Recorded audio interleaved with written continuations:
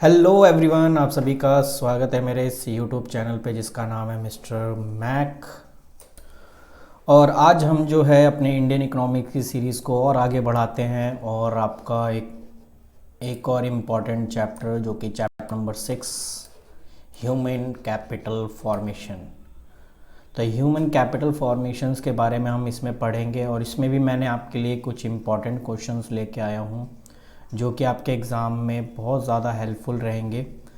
तरीका आपको पता है, जो मैं आपको कहता हूँ कॉपी पेन लेके उन सारे क्वेश्चंस को आप लिख लीजिए अपनी कॉपी में।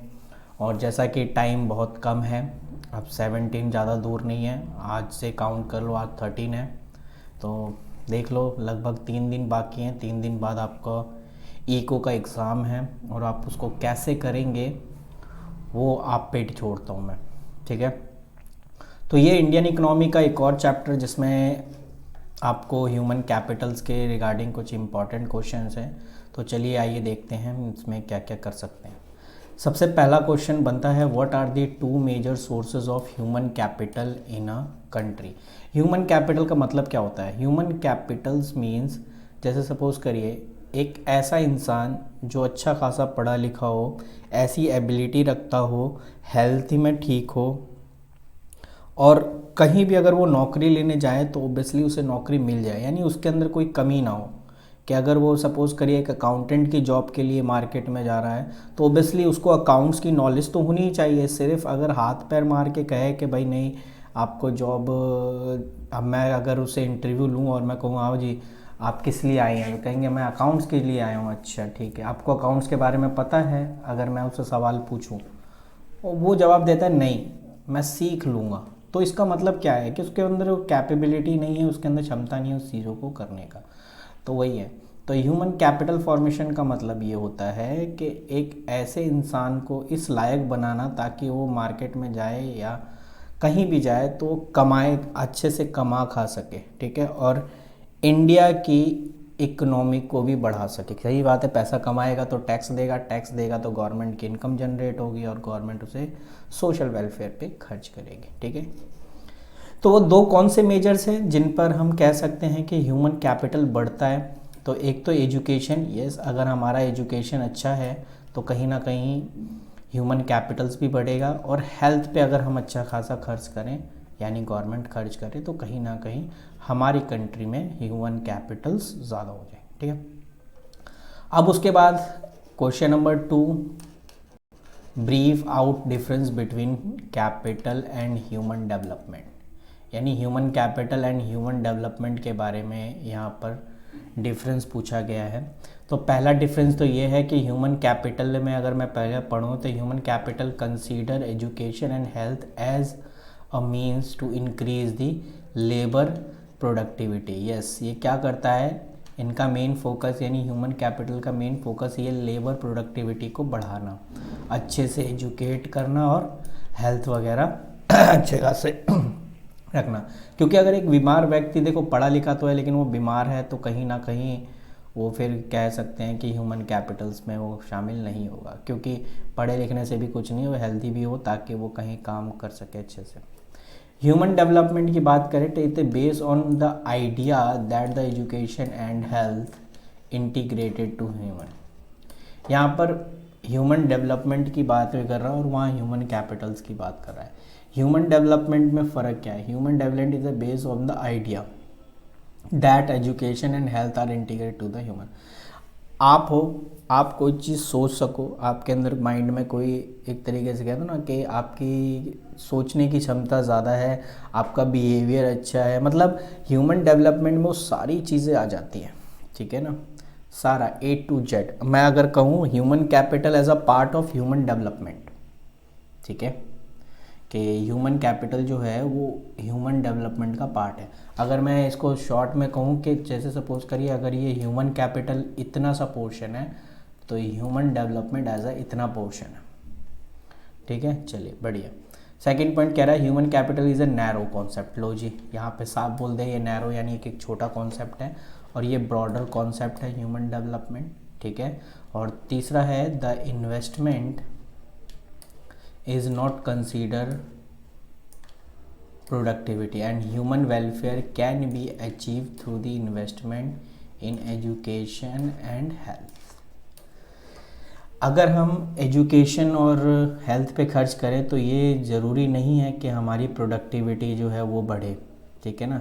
ये प्रोडक्टिविटी को कंसीडर नहीं करता कौन, ह्यूमन कैपिटल, क्योंकि कुछ लोग पढ़ लिखने के बाद भी ये काम नहीं करते हैं तो कहीं ना कहीं इसमें दिक्कत आ जाती है। तो ये कह रहा है the investment is not the consider the productivity, और इसमें क्या करें, achieve through the investment, human welfare can be achieve through the investment in education and health, ठीक है। क्योंकि जब तक वो उस चीज़ को पढ़ेगा नहीं, कहीं ना कहीं उसके रिगार्डिंग सोचने की क्षमता भी नहीं रह पाएगी। आई होप आपको समझ में आ रहा होगा मैं क्या कह रहा हूँ। अच्छा, ये क्वेश्चन शायद मेरे को लग रहा है कि थोड़ा सा ब्लर है, मैं आपको थोड़ा पढ़ के दे देता हूँ ताकि आपको कोई प्रॉब्लम ना हो। क्वेश्चन क्या कहता है, क्वेश्चन कह रहा है कि mention 2 government organization each that regulate the health and education sector. Government के कुछ ऑर्गेनाइजेशन है जो काम करते हैं, और ये वेरी इंपॉर्टेंट है, 1 नंबर में तो कहीं ना कहीं पूछेगा। अब 1 नंबर में इतना बड़ा क्वेश्चन तो नहीं पूछेगा, लेकिन क्या पूछेगा वो मैं बताता हूँ। जैसे ये NCERT है, कहाँ गया भाई, ये आपके पास NCERT है। पहली चीज़ इसकी फुल फॉर्म क्या है, नेशनल काउंसिल ऑफ, ये है आपका इसकी फुल फॉर्म, अपनी कॉपी में नोट कर लेना, national council of educational research and training, ठीक है। नेशनल काउंसिल ऑफ एजुकेशन या एजुकेशनल रिसर्च एंड ट्रेनिंग। और UGC मतलब university grant commission, university grant commission, and AICTE all India council of technical education, और एक organisation और है ICMR। जितने भी हेल्थ के सेक्टर होते हैं, जैसे हॉस्पिटल्स वगैरह हो गया, मेडिसिन से रिलेटेड जो भी चीज़ें हैं परमिशन देनी। अब जैसे अगर आप देखो कोरोना के टाइम में जो है, अगर वैक्सीन वगैरह को परमिशन दी गई थी वो ICMR के थ्रू ही दी गई थी, यानी ICMR जब तक परमिशन नहीं देगा तब तक वो कोई भी मेडिसिन या हॉस्पिटल लॉन्च नहीं हो सकता। तो ICMR जो है वो काम करता है हेल्थ के सेक्टर पे, AICTE काम करता है आपका किस पे काम करता है, टेक्निकल पे, यानी इंजीनियरिंग वगैरह से related. UGC as a human behaviour, यानी जितने भी आर्ट्स BCom वगैरह जो होते हैं कॉलेजेस उन पे काम करता है, ठीक है। और NCERT आपको पता है कि हम शुरू से 6 to 12 तक की जो बुक पढ़ते हैं वो NCERT की बुक होती है, जो एक तरीके से हमें कंपलसरी स्कूल में पढ़ाई जाती है। आई होप आपको वो क्वेश्चंस क्लियर हो गए होंगे। Question number 4, education is consider important input in the development. इस क्वेश्चन को मैं समझाऊंगा नहीं, क्योंकि क्वेश्चन साफ सिंपल सा कह रहा है कि बताइए एजुकेशन का डेवलपमेंट ऑफ नेशन पे किस तरीके से इम्पैक्ट पड़ता है। एजुकेशन के बारे में आप देखो ना, ये पूरा चीज़ है, तो आप इसका आंसर अपनी कॉपी में नोट कर लीजिए। मैं स्क्रीनशॉट के लिए आपको टाइम देता हूँ। आई होप आपने स्क्रीनशॉट ले ली होगी। सेकंड, आप ये 3 पॉइंट्स हैं, आप इन 3 पॉइंट्स को आराम से क्लियर कर सकते हो। उसके बाद नेक्स्ट क्वेश्चन बनता है, explain how investment in education stimulate economic growth. किस तरीके से एजुकेशन, अब देखो दूसरा क्वेश्चन भी उस तरीके का पूछ रहा है कि एजुकेशन का इकोनॉमिक ग्रोथ पर क्या इम्पैक्ट पड़ेगा। बिल्कुल पड़ेगा भाई। अब इकोनॉमिक ग्रोथ किसी भी कंट्रीज़ में बढ़ा होगा तो कहीं ना कहीं एजुकेटेड पर्सन ही तो बढ़ाएगा, और कौन बढ़ाएगा, ठीक है। तो अब ऐसा इसको घुमा के भी क्वेश्चन पूछ सकता है कि गवर्नमेंट आर इन्वेस्टेड या invest in education sector for economic growth, are you agree और नॉट, एक्सप्लेन, ठीक है ना। या इसको बात को जितना भी घुमा फिरा के बोले, लेकिन वो एक्चुअली मैं कहना वही चाहता है जो मैं आपको समझाना चाहता हूँ। तो ये भी बहुत ही इजी क्वेश्चन है, और इसको भी मुझे समझाने का कोई वो नहीं है, आप आराम से इसका स्क्रीनशॉट ले लो। इसमें ये पहला पॉइंट कह रहा है रेज द प्रोडक्शन, यानी प्रोडक्शन की क्षमता को बढ़ाने के लिए एजुकेशन ज़रूरी है। Knowledge and skilled worker can make a better of resource of their disposal, ठीक है। तो ये पॉइंट्स हैं, और भी हैं पॉइंट्स, आप इसका भी स्क्रीनशॉट आप अपनी बाद में आप इसे नोट कर लेना, आपके पास टाइम बहुत कम है, मैं पहले ही बता रहा हूँ। मैं अपनी तरफ से पूरी मेहनत कर रहा हूँ, आप भी अपनी तरफ से पूरी मेहनत करिए और मुझे 100% दीजिए, ताकि टाइम बहुत कम है। आपने पूरे साल कुछ नहीं पढ़ा, मुझे उससे कोई फ़र्क नहीं पड़ता, लेकिन अब जो टाइम है अगर आप नहीं पढ़ोगे तो उससे बहुत ज़्यादा फ़र्क आप पे भी पड़ना है और मेरे को भी पड़ना है। तो इसीलिए प्लीज़ आप ये नोट कर लीजिए। उसके बाद नेक्स्ट क्वेश्चन है, argue in a favour of a need of different form of a government intervention education and health sector. लो जी, अब एक क्वेश्चन और बनता है कि argue in a favour of need for different form of government intervention in education and health sector. कहीं ना कहीं बिल्कुल government intervention in education and health sector is necessary, because क्योंकि गवर्नमेंट को एजुकेशन और हेल्थ पर खर्च करना ही पड़ेगा। अगर प्राइवेट खर्च करेगी तो कहीं ना कहीं वो आपको एजुकेशन तो अच्छा देगी, लेकिन वो अपने प्रॉफिट के बेसिस पे काम करेगी, ठीक है। और नहीं है तो आप एक एग्ज़ाम्पल ले लीजिए कि गवर्नमेंट की फ़ीस आप देख लीजिए, गवर्नमेंट स्कूल की फ़ीस कितनी होती है, और वही एक प्राइवेट स्कूल है, नाम तो लेना है तो आपको पता ही है प्राइवेट स्कूल की फ़ीस कितनी होती है, आप कंपेयर कर सकते हैं। अब वही अगर गवर्नमेंट अगर पढ़ाए ना तो आपको कहीं ना कहीं फिर आपके पास कोई ऑप्शन नहीं बचता, आप प्राइवेट सेक्टर में ही जाके पढ़ाएंगे अपने बच्चों को। तो कहने का मतलब यहाँ पर यही है कि आप जो है, या हम कह रहे हो कि गवर्नमेंट को इंटरफेयर तो करना ही पड़ेगा, चाहे वो एजुकेशन सेक्टर हो या हेल्थ सेक्टर हो।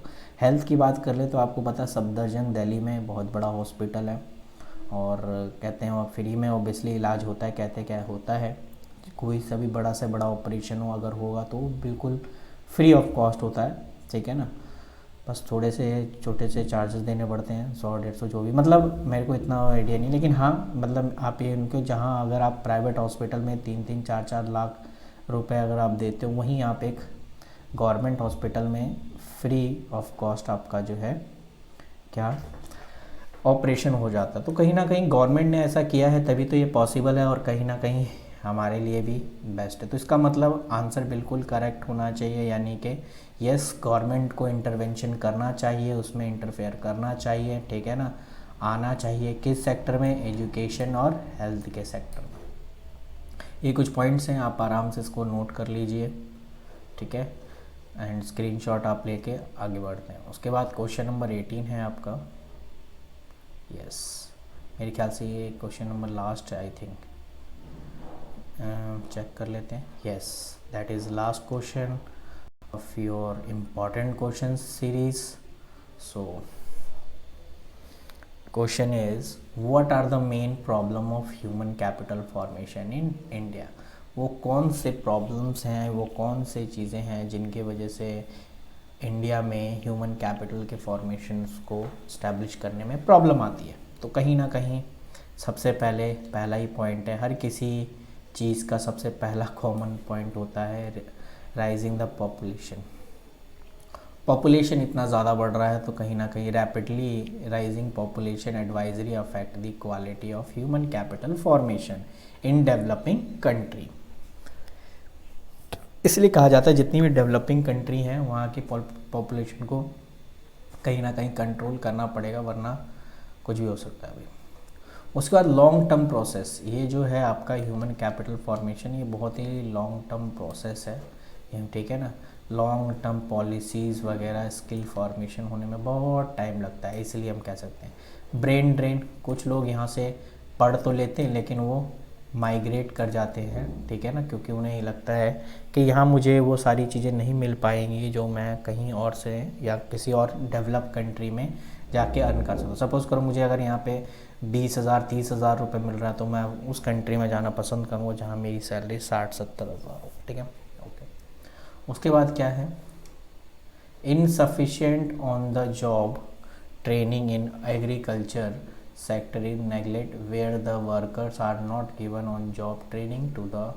हाँ अब देखो कि जितनी भी अगर हम देखें कि एग्रीकल्चर सेक्टर में कहीं ना कहीं हम जितने भी किसान हैं उनको ट्रेनिंग नहीं दे पाते, जिसकी वजह से हमारा प्रोडक्शन की क्षमता जो है वो इतना ज़्यादा हाई नहीं होती। या आप ये कह दो कि जो भी एग्रीकल्चर में जितने भी फार्मर्स काम करते हैं उनको अगर हम अच्छे से स्किल करें, अच्छे से उनको ट्रेन करें तो कहीं ना कहीं प्रोडक्शन की जो कैपेसिटी है वो भी बढ़ाएंगे, और प्लस वो अदर क्रॉप्स वगैरह का भी फार्मिंग कर सकते हैं, या और भी अल्टरनेटिव सोर्सेज हैं जो ऑलरेडी मैंने चैप्टर 5 में इसके बारे में बात की है। दूसरा है हाई पुअर्टी लेवल।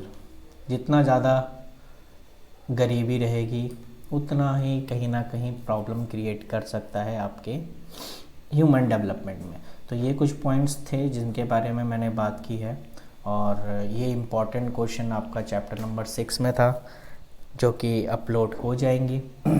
नेक्स्ट जो चैप्टर है वो क्योंकि मेरे को फटाफट अब मेरे को अपलोड करने पड़ेंगे वीडियोस, नोट्स तो ऑलरेडी प्रिपेयर हैं, बस आपके वीडियोस ही अपलोड करने थे जो कि अपलोड कर चुके हैं।